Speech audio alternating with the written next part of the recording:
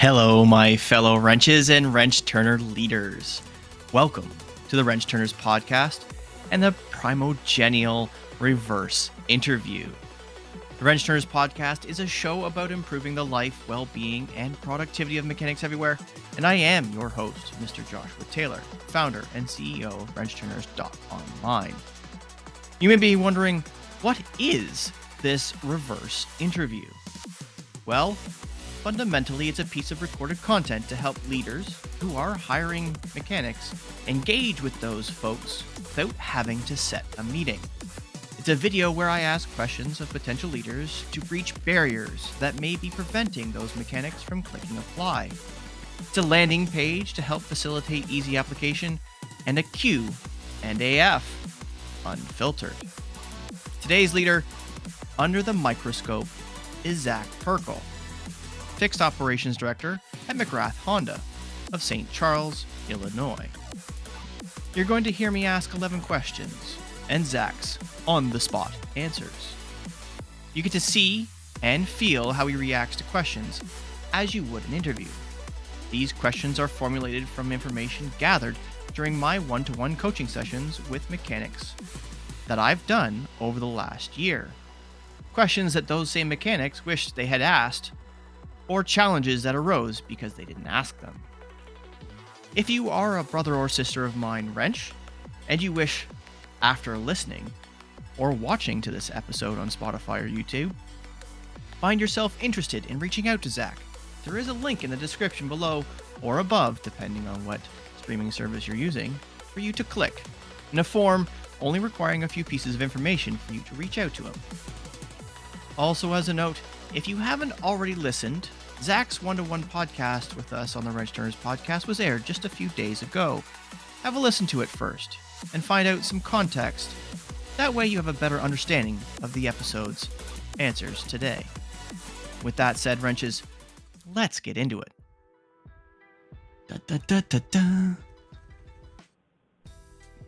All right, Mr. Pirkl, we're going to run through this reverse interview. I've got a list of questions here beside me that I'm going to ask as though I was coming to you as a technician. Let's assume that I have the credentials that you've posted on a job ad that you're looking for. Let's assume that I know exactly where you are, exactly all of your pertinent information, and I'm essentially sitting in front of you like I am an applicant to your store looking for a job. And let's assume that we've gone through the basic interview process and you sort of asked me all the questions that you want to ask, and I've responded, and you haven't told me to leave yet. So now it's my turn to ask some questions. So, my first question to you would be, what are the core values of the company? So the core values of our company are honesty, teamwork, I would say integrity, and I really think that, I don't even know how to say it, but supporting each other, and supporting each other come up through any type of ranks or goals that they want. So whether it's me wanting to come up from a technician into management, or an advisor who says their goal is that someday they want to be able to afford a trip to Greece, I want to support you in that endeavor, and the GM wants to support you in that endeavor. The owner wants to support you in that endeavor. So support's a big one too, I think. All right, honesty, integrity, and support, big ones. All right. If I were to come to work for you, Mr. Pirkl, what would be a typical day? What would that typical day look like for me? So in our shop, our technicians work 4/10s. So you would get 3 days off during your week. You come in for your first shift. You're going to meet with our service dispatcher, Danny, and he'll go through, all right, here's what we got for the day. We have this many appointments. We have this many waiters. And, what's your working process like? How many tickets do you have? What's on hold for you? What are you waiting for authorization on? How can I help with that? And then based on those answers, here's your 1, 2, 3 jobs to start your day, and let's get it rolling. And you start pulling cars in and going through initial checks, multi-point inspection, send your inspection up to the advisor, and you're not going to sit there and wait. You're on to the next one while the advisor's doing their thing. You're going to pull the next one in. And we're just going to play a little bit of Tetris, moving cars in and out, Rex approved, Rex denied, whatever it is, throughout your day. And at the end of the day, the goal is that if you were here for 10, you booked over 12. That's our job, is to make sure that we provide you the opportunity to be over 100% efficient every day. All right, thank you for that. Now, just to clarify for anyone listening that would maybe not necessarily understand because they've never worked 10s before, do you stagger the 4-day week? Is it start on the same day, or does it rotate? And what times does the start-finish work? Yeah, so I am a big believer in just having a set schedule. It makes everyone's life easier, especially when you have 38 technicians like we do in our shop. If it was on a rotating, it would just be a little more complicated to keep track of. Well, it's week 3, so Josh is supposed to be here on Monday, not Tuesday. So we do straight up, every week's the same. We have one shift that's 7 to 6, another shift that is 8 to 7, and service is open to the public until 7, Monday through Thursday, 6 on Friday, 4 on Saturday, and 4 on Sunday, because that's a big one for us. We are open on Sundays, and everyone has at least 2 days off in a row. The guys who've been here for a long time have seniority. Almost all of them have 3 days off in a row if they want it. We have one gentleman who's been here for over 20 years who wants to work Monday, Tuesday, be off Wednesday, work Thursday, Friday, be off the weekend. It works out for our schedule, so be it. He doesn't want 3 days off in a row. All right, that works. We also have an overnight shift too that works 3 o'clock to 2 a.m. If that ever crossed anybody's mind. But yeah, it's standard. Every week's the same. Okay. As an individual that I used to work personally, and this is personal segue, I used to work nights at the grocery store, and had there ever been an opportunity for me to work nights, turning wrenches, I would have jumped on it. The opportunity to work when less people are in the shop, but still have all the facilities, have less phones ringing, have less things going on, and just be able to head down. That's an opportunity for me to succeed. Awesome. Yeah. Thank you for sharing that. What would you say is your specific management style? Well, I've been described, I'm 35, but I have been described as maybe a little more old school. Just Midwestern kid. I got a strong work ethic behind me. That's how I was raised. So my management style is that I expect a lot out of people, in terms of, being on time and communicating when they need off well in advance, unless it's an emergency situation, obviously. I'm a little old school with that kind of stuff, but I would say that where I've grown as an adult is, being understanding when someone comes to me and they got, an issue going on at home, or something just not right, and they're not feeling it for that day. There's a lot of people who just like, Josh, what the fuck is wrong with you today, dude? You've been here all morning and you haven't even gotten this car out of your stall. Like, there's cars lined out the door. You got to get your shit together. That's never going to be me. It'd be more of like, hey, what's going on with you today? You don't seem like yourself. Like, normally you'd have 4 cars out here by now. You're twirling your thumbs on the first one. Everything all right? Is there something I can help with? And not everybody wants to let you in right away and let you know, and they might brush you off.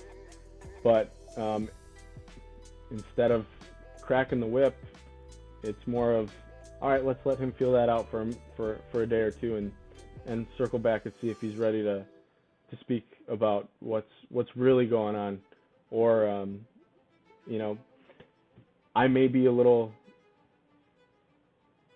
I can be blunt too, but I think that's a good thing, because you're never gonna know, wonder where I stand on something. I'm gonna be pretty open and honest about, no, I'm not cool with that. You can't do that. Or, yeah, in our shop we're gonna do something this way. That's the way I want it done, and going forward we're gonna do it this way.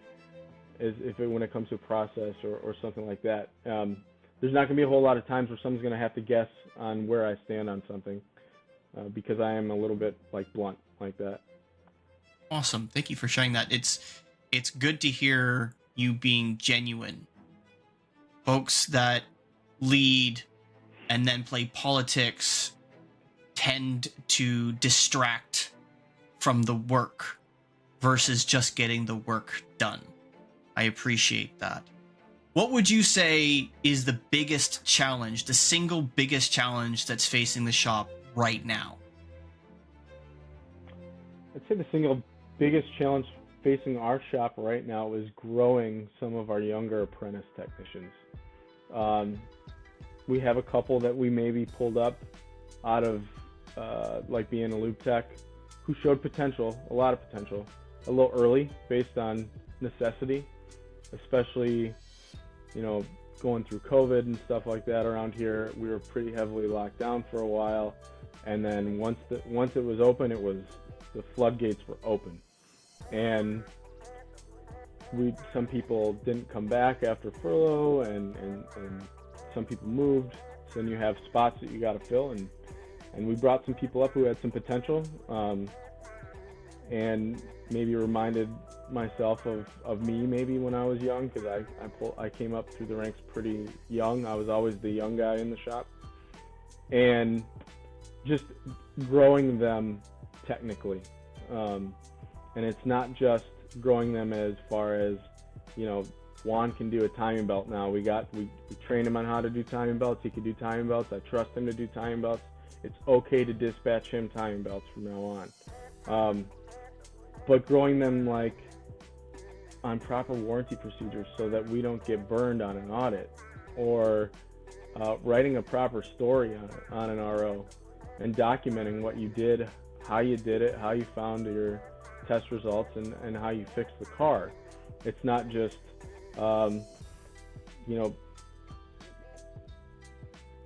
pulling an O2 code and then documenting that you pulled this code, bad O2 sensor, replaced O2 sensor.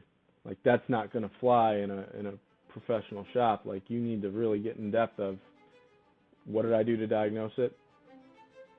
What are the results I found? Based on those results, my recommendation is to replace the O2 sensor. I replaced the O2 sensor. I drove it through 2 trip faults, checked the OBD status of that DTC. OBD status is passed, verified repair. That's a professional story, and we got a little work on doing that with some of our younger apprentices, but a lot of that comes with experience. So a lot of coaching and training and developing out processes to develop young talent. Okay, awesome. What would you say are the qualities of your most highly productive mechanics? So I have 3 techs who dang near clipped $200,000 last year in our shop, and they're all 3 completely different. One is the best diagnostician I have ever worked with in my life. Easily, I have no ill will saying that he is way better than I ever was.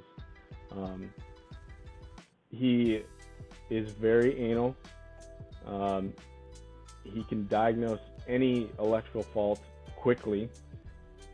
Very logical thinker, and he's very emotional. So he is a high-performing logical technician who needs a little personality massaging at times. So he's one. My next one is someone, because I came up in our shop, we came up together.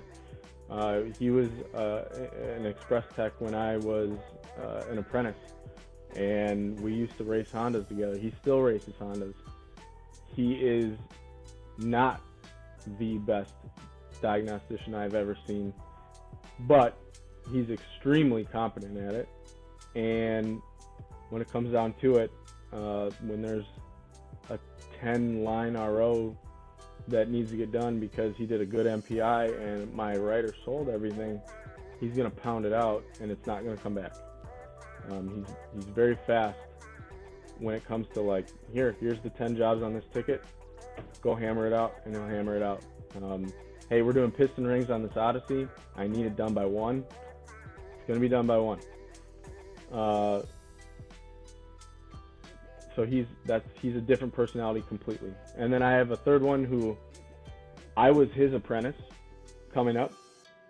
He is not anal at all. He's the type of mechanic who functions better when there's a mess around him and his socket drawer is just sockets everywhere. And if you were to go in there and organize them onto socket holders, he would freak out. Like, he can't function that way. And he is extremely good at working on all makes and models. Anything under the sun, doesn't care what it is, he'll do it.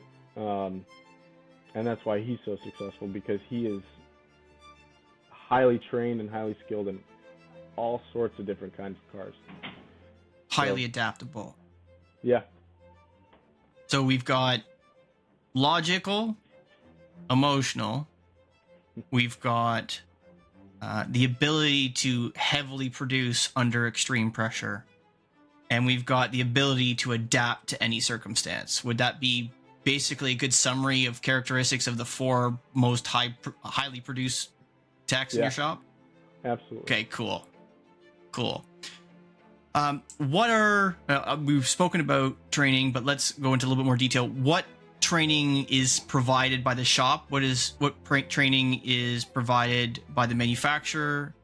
And are there any provisions that the shop provides? Yeah, so American Honda has, I believe it's up to 262 self-studies that need to be taken by a technician as they are climbing the ladder through their training.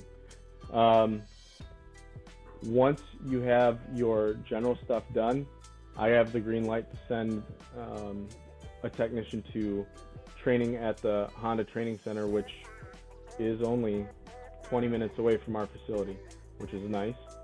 And I'm about sending people as much as possible. There's, I believe, 64 modules that need to be taken in a classroom setting or in a shop setting at the Honda training facility. And I got it done in three trips. You go for a week at a time. Some people it takes 4 trips, some people it takes 5 trips. It really depends on your learning style and your ability to like be comfortable in that school type setting versus what's really going on in your shop. It's a little different. And even the training center and our local Honda rep, they know if someone calls in, if someone doesn't show up for their week of training, like they call me, and I'm gonna pull someone off the line and I'm gonna send them, because it's extremely valuable to me to make sure that guys are educated on the latest and greatest technologies from a manufacturer's standpoint, so that when that stuff rolls through the door, they're prepared. And it's also kudos to our technicians too. It's also, like, I was really proud when I got my master cert. So if I can get a guy through school and he's comfortable and he's proven himself and he gets that master status, it's we celebrate it. So awesome.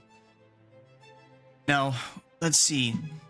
When you do, so you're talking about training and how well they do at training and rewarding training and successful completions of training. How do you look at and how do you approach performance evaluations, promotions, and things of that nature?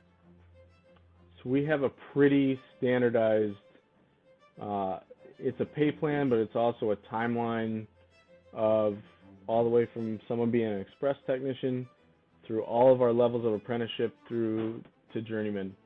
And so long as you've got your factory self-studies and training up to par through this course, you're eligible at a certain time period to go up to the next level, get a pay increase, and also, you know, when it's time to jump from apprentice to journeyman, you know, we celebrate it. You get my guys don't know it yet, but in our new facility, they're going to be banners hanging above their stalls that say their name and master technician and when they achieved it, to recognize that. And even when a customer comes out in the shop, they can see that and like, oh wow, my car's on Joe's stall. He's got this huge banner up above his stall that says he's a master. You know, my car must be in good hands. But it's something to celebrate them too.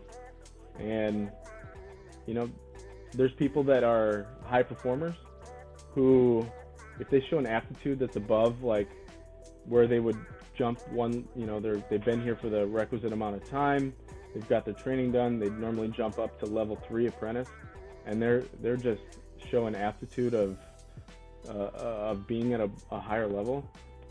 I have free reign to jump them to where I feel they should be, and reward them for that aptitude and accelerate their career path faster than what's actually written down. Excellent. It's good to know that there are two things there. One, that there is a written path to success, path to financial and to career success, as well as the ability to, if you perform well and you exceed expectations, there are opportunities to expedite certain things if all the requisites are met and work ethic is on point. That's good to know. In terms of the opposite end of that spectrum, how does leadership handle conflicts, negative circumstances, detriments, and things of that nature? Generally, it's pretty typical. We'd have if a conflict arises, we're seeing a trend of comebacks with somebody, or they're giving attitude to advisors or the dispatcher or whomever. It's just always going to start off with a one-on-one conversation, like, what's going on, dude? Well, I've noticed this, or I've had a complaint of this, or we've had 5 cars come back that you've touched in the last 2 weeks with something going on. Like, what is going on? What's the issue? Generally, it's something that, again, we brushed on it, but it could be something going on at home. Could be, wife is on him about bringing home more bacon every week, and he just can't handle the pressure, or someone passed away in their family, whatever. It's usually something like that has driven somebody to like be off their game and cause something else to happen where we got to have a conversation. Sometimes, there are people out there who just have a bad attitude for whatever reason. So if something like that continues, it's, hey, we're going to talk again, and we're going to have a verbal warning that's actually documented with HR, and there's going to be not just me and that person, but a secondary person, so that everybody's on the same page. There's a third party there, just so there's no he said, she said. And if it's a third time, it's going to be an actual write-up, again with another person there to witness. And if something doesn't change after a write-up, then generally that means that they either don't get it, don't care, or don't think it's important. So it may not be the right fit for either of us.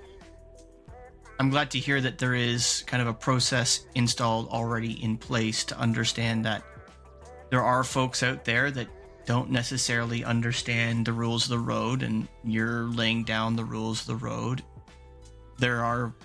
Most will just have had perhaps a bad day, but I'm glad to understand that it's not just a flagrant thought process is actually there's a formal process. You have people involved. You do your due diligence so that both parties are protected and safe.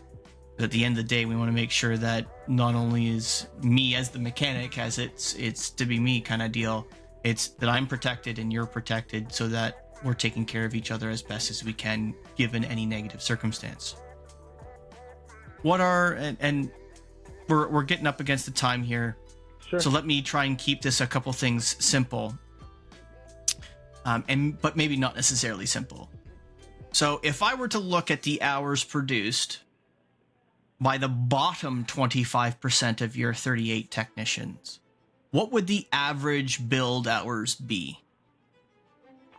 That's a good question. So if you cut out the high performers, I'd say that, most of the year, everyone's over 100% efficiency. We're cutting out my express techs too, because they're just generally hourly. Your regular your general shop techs, the bottom 25% producers. What's their average week? Bottom 25% is gonna be 40 to 45 hours. Okay, easy answer.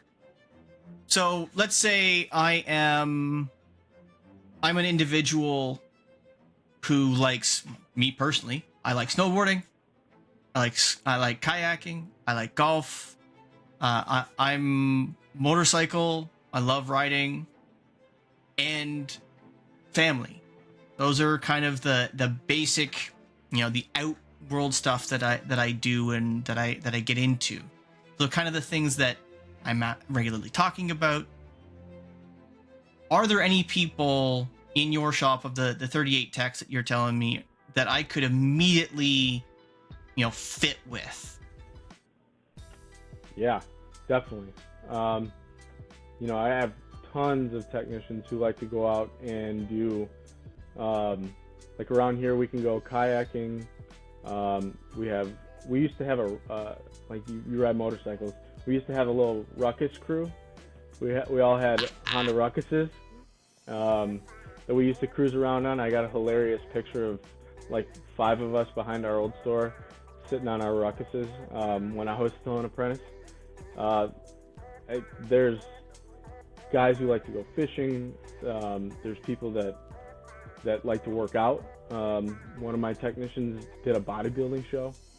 I have so many different personalities in the shop that do not car stuff outside of the dealership that, there's definitely people you could fit in with right away. Excellent. And the point of that question wasn't to see whether there's somebody who played golf in there. The point is to see your reaction. You know your team. You know the guys that work for you and the girls that work for you well enough to know that there's a diversity set of people, that they all have hobbies, and you've got a general idea what those hobbies are and what their life outside of work is. That means you care. That's an invaluable asset to somebody who's coming into your facility. Yeah. 2 more questions. Sure. 1, what would the next steps to this interview be? Let's say that we're both happy with how today went. You interviewed me first, which you didn't, but let's assume that you did. Yeah. You interviewed me first, you were happy and you wanted to take naps. When can I expect to hear back from you about this opportunity, and how would that transpire? So usually I don't like to let stuff sit. So I'm a big, we just had this conversation and did the reverse. You asking me questions too. I'm a big, hey, I think that we'd be a good fit. If you also think we'd be a good fit together, then I'd like to just start the process right now, because we have to do pre-employment drug screen, background, all that stuff. I want to do that right now, get it all set in stone. I want to have you start in 2 weeks when that's all said and done, and get it set up. I don't like letting stuff sit for, well, we'll see. We'll come back to it tomorrow or in a couple days. I want to talk to a couple more guys. Like, if I feel someone's a good fit, like I want to get the ball rolling yesterday. Excellent. Good to know. And here's the last one. And this one, I was told many years ago that one of the interesting things, whether they can answer or not, is irrelevant. But to willing to answer a riddle, or the ability to answer a riddle, is always an interesting thing to ask to any interviewee or interviewer. Okay. So the riddle is, what belongs to you, but is used more by others?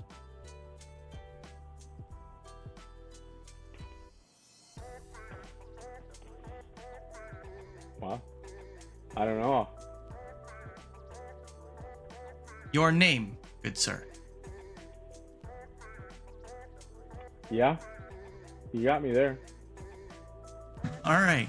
It's folks who are willing to take on a challenge and to see your body posture and things like that. And folks that are going to listen to this or may listen to this won't get to see it. But there was no change in confidence. There was no awkward bit. It was genuine consideration and thought. So I appreciate that very much. Someone who's willing to be confident, who's willing to carry themselves in a manner that is respectful to those that they're speaking to, regardless of what the circumstance is. I really appreciate that. All right. Thank you very much. Oh no! That's the end of this reverse interview with Zach. That's okay. There will be another one coming along in the not so distant future. Thank you, Zach, for participating, and thank you for being a great leader and role model. If you wish to find out more about Zach and McGrath Honda of St. Charles, or wish to apply to McGrath Honda, find the link in the description, on your screen, or use the website address listed in front of you. Subscribe to the Wrench Turners podcast on your streaming service of choice to make sure you don't miss the next episode when it drops. Speaking of which, the next drop, Coach's Corner, tomorrow, 8 p.m. Eastern. And remember, folks, as always, negative pushes, positive pulls, and always clean your toys before you put them away.